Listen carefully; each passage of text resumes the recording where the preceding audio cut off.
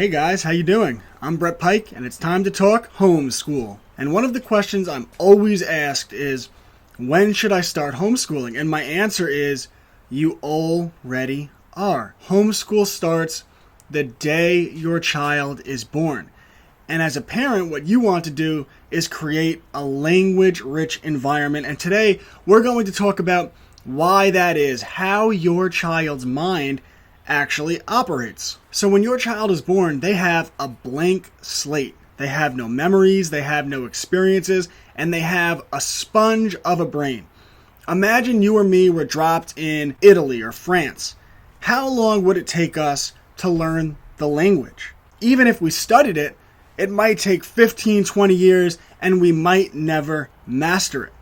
Well, a child could master a language in 2 years, 3 years if you drop them in a foreign country because they are wired to learn language. So what we want to do is create that language-rich, experience-rich environment and create something called impressions. Now, think of impressions as experiences, and every word your child hears is a new impression, a new experience. And the more impressions we provide for our children, the more they will absorb. I mean, think about it. Take two children, and by the time they're 2 years old, one of them has heard 50,000 words, and the other one has heard 500,000 words.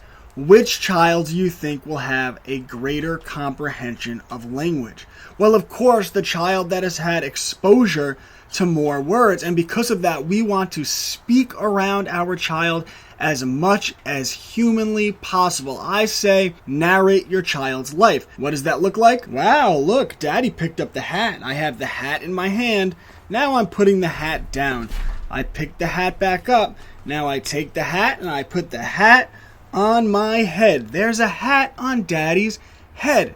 And by doing that, you are giving them the impressions that you want your child to get, and you're teaching them in context, which is so important because our children don't have context. So another example of what that might look like is you're cooking and your child puts their hand over the steam. Of course, make sure they don't get burned, but they put their hand over the steam and you say, "Yes, that's hot." Well, what I would do is the next second I would run across the room to the fridge and put their hand on the fridge, and I would say, "And that's cold." And then I'd go back to the steam and say, "That's hot." And then I'd go back to the fridge and say, "That's cold." You are providing context within the impressions that your child is getting. And as you give them these impressions, they start to form memories.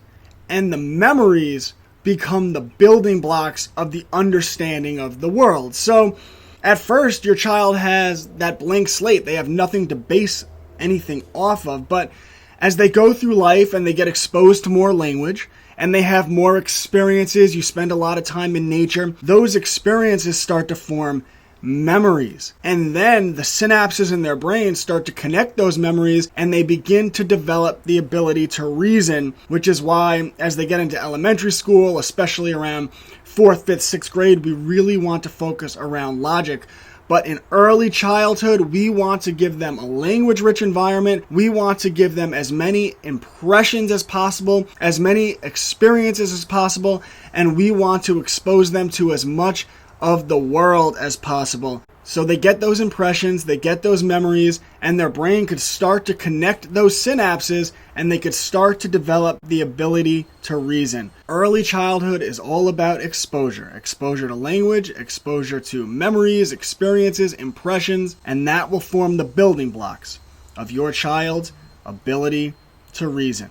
If you have any questions, leave them in the comments. I'm going to go through them and make video responses to your questions. So anything about this video, being a parent or homeschooling in general, please hit the like button and share. And for anyone interested in the lesson plans, the unit studies, the courses, or the live courses that I put together, you could find them at www.classicallearner.com. All members of Homeschools Connected get access. Thanks, guys. I'll see you next time.